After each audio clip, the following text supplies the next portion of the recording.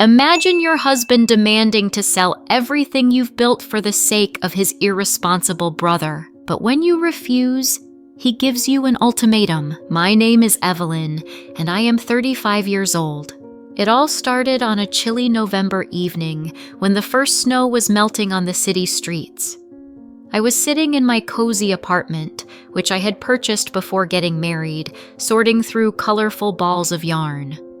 My small knitting business was just beginning to provide a stable income, and I was full of hope for the future.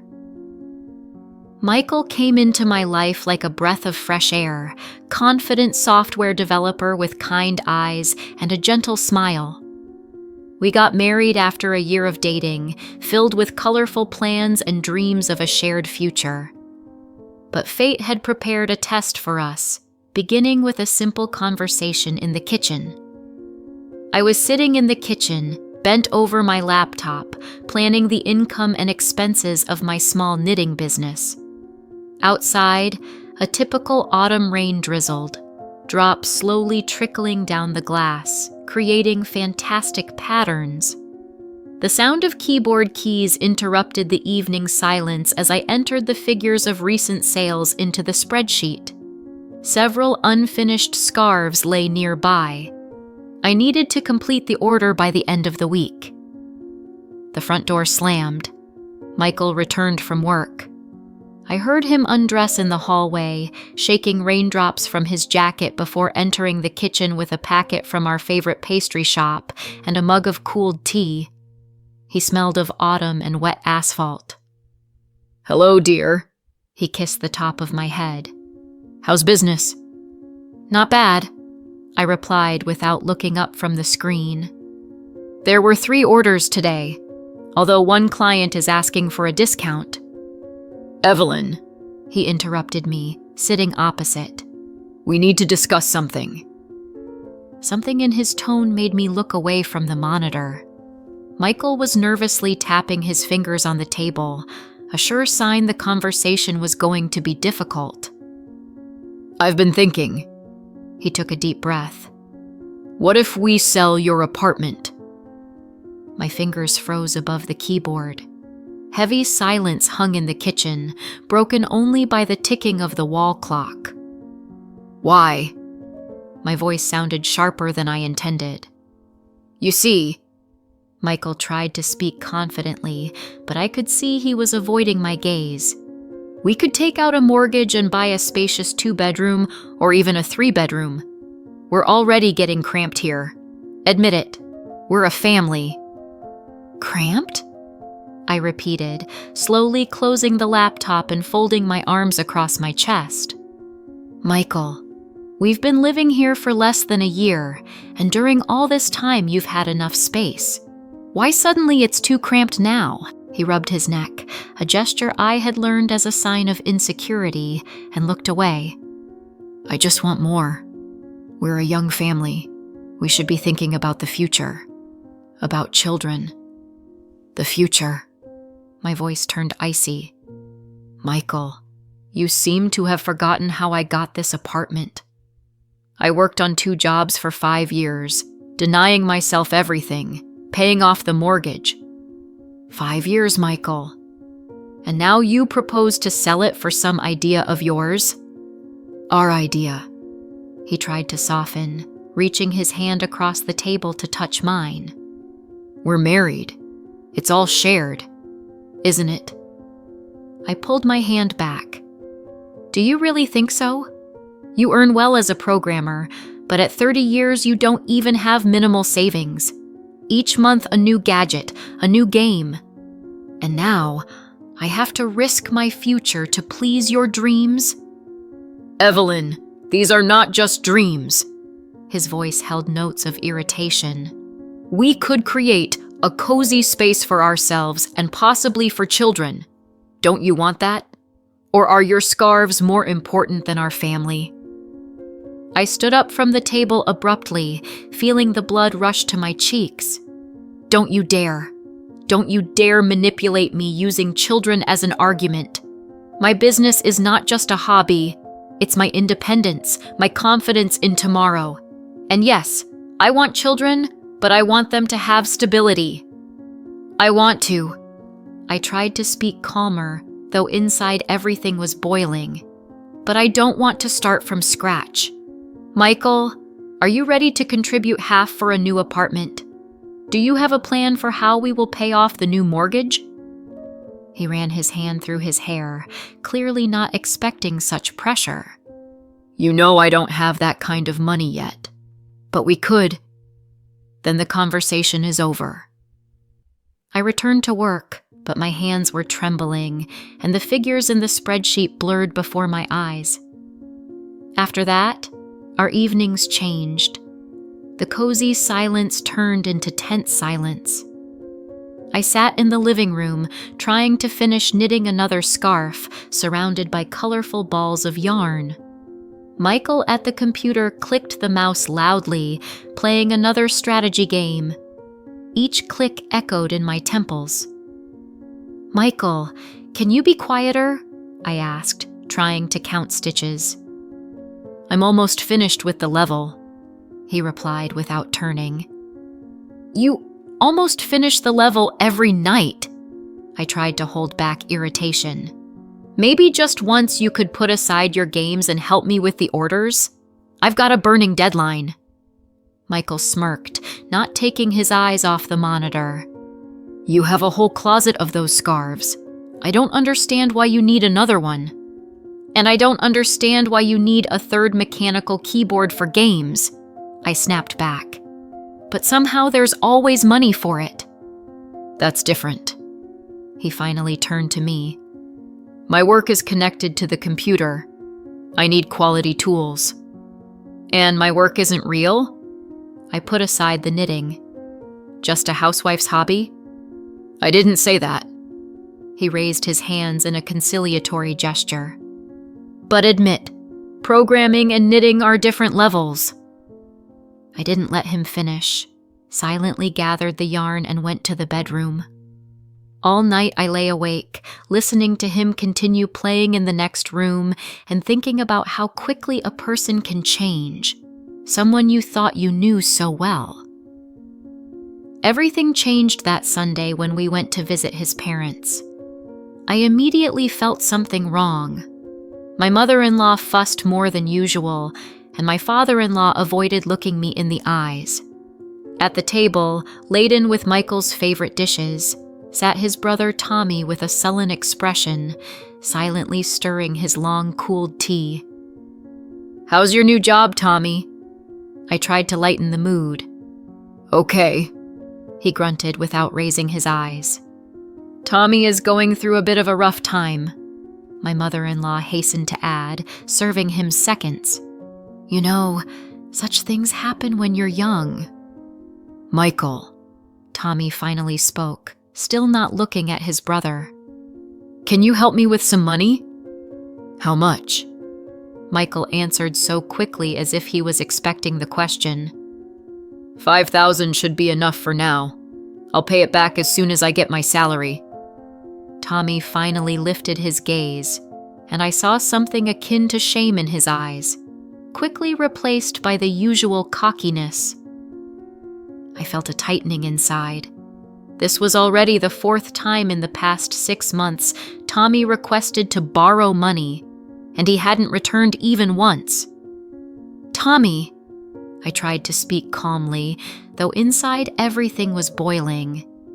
Have you thought maybe it's time to learn to live within your means? This isn't the first time you've... Evelyn! My mother-in-law sharply cut me off, clinking her fork against a plate. Don't interfere. Tommy is young. He just needs a little support. You don't understand what it's like to be the eldest brother. Young? I couldn't hold back a smirk. He is 28 years old. At that age, people already support families, and he's still living with parents asking his brother for entertainment money. He's my son. My mother-in-law's voice trembled with barely contained anger. How can I put him out? You might have grown up self-reliant, but not everyone is like that. Mom! Michael tried to intervene, but I was already standing up from the table. Excuse me, I need some fresh air. I walked out to the balcony, feeling my hands shaking. A few minutes later, Michael joined me, offering a cigarette, although he knew I had quit smoking 2 years ago. "Why did you act so with them?" he asked tiredly. "And how should I? Sit quietly and watch all you pamper his irresponsibility? Michael, this will never end while you and your parents support him. You all need to stop giving him money." "Evelyn, he's my brother. You don't understand." "No, Michael. It's you who doesn't understand." I turned to him. "You're not helping him. You're making it worse. Every time you give him money, it's like saying, 'It's okay. You don't need to change. You don't need to grow up.'" On the way back home, we drove in complete silence. I watched the city lights pass by the window, thinking about how our marriage was falling apart, and it had nothing to do with the apartment's size. Then it happened. Something that turned our lives upside down. It was a usual Tuesday. I was laying out the new collection of scarves on the sofa, photographing them for the online store. The autumn sun created perfect lighting, and I was fully absorbed in work when the front door slammed. Michael returned from work much earlier than usual. "Evelyn, we need to talk." His voice was unusually harsh. I looked up and froze. I had never seen an expression like that on his face, a mix of fear, anger, and some kind of resignation. "What happened?" I put the phone aside, feeling my heart start to race. "Tommy is in trouble." He walked into the room without even taking off his shoes. "Serious trouble. We'll have to sell your premarital apartment. And don't you dare even argue." Silence hung in the room so thick it seemed touchable. I slowly got up, carefully folding a scarf I hadn't managed to photograph. "What do you mean, have to?" My voice sounded unnaturally calm. "And what kind of trouble is so serious it requires selling my apartment?" "Tommy has a huge debt. He needs to repay $100,000 within 2 weeks," Michael snapped. "We need to quickly list your apartment for sale to find a buyer in time. Don't object, Evelyn, please. He's my brother." "And who am I?" I felt a wave of anger rising inside. "I'm your wife. Or does that mean nothing? You burst into the house demanding I sacrifice everything I earned before meeting you for someone who dug himself into this hole. If he were seriously ill or something truly serious happened, then yes, I would help," I continued, trying to speak rationally. "But I'm sure it's another round of debts or some stunt. I'm not going to sell my apartment for him." Michael paled with anger. His fists clenched so tightly the knuckles turned white. "So that's how you feel about my family?" He gritted through his teeth. "I thought you'd understand. Support. And you, since you're such a heartless witch, I'll just leave you. Choose. Either help my brother and save the family, or I leave forever." I felt a lump rising to my throat, and my eyes betrayed me, stinging with tears, but my voice remained firm. "Then leave. I've told you everything." Michael froze, clearly not expecting such a response. He anticipated screams, tears, perhaps a plea to stay, but not this calm acceptance. He stood for a few more seconds, shifting from foot to foot, hoping I would change my mind. But I silently turned towards the window, where the sunset painted the sky in blood-red tones.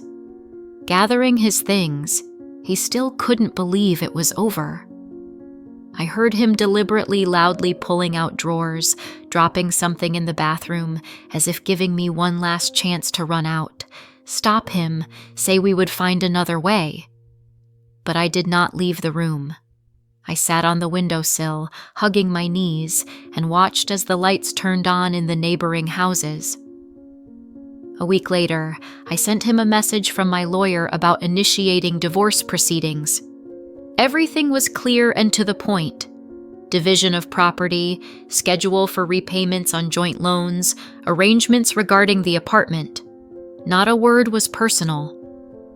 He responded 3 days later with a short, "Okay," and his lawyer's name. How they resolved the debt issue with Tommy didn't really concern me. I immersed myself in work, trying to fill the void that had formed in my life. I launched a new line of knitted accessories, opened a small studio in the city center.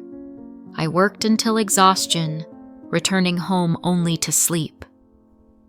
In the evenings, sitting in my apartment, I sometimes wondered if I had done the right thing. I recalled our happy moments, shared breakfasts, spontaneous walks in the night city, his morning smile.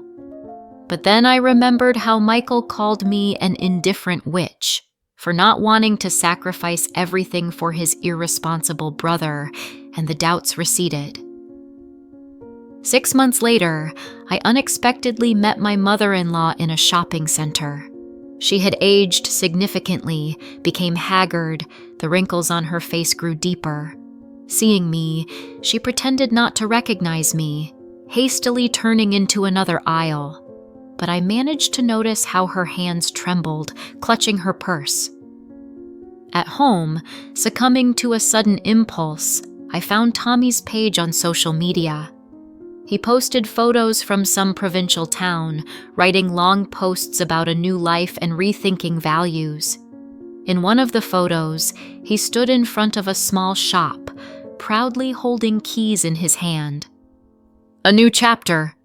Thanks to everyone who believed," the caption read. I smirked bitterly, wondering how much this new chapter cost my ex-husband. Michael's page was closed. Mutual friends said that he had removed almost everyone from contacts and rarely appeared online, only occasionally liking his brother's posts. Sometimes at night, especially on those days when orders were few and loneliness pressed harder than usual, I imagined how our life might have unfolded if I had yielded then. Maybe we would have coped. Maybe Tommy truly would have changed, appreciating such a sacrifice. Maybe. A year later, I heard from mutual acquaintances that Michael had moved to another city. They said he got a good position in a large company and even seemed to have started dating someone.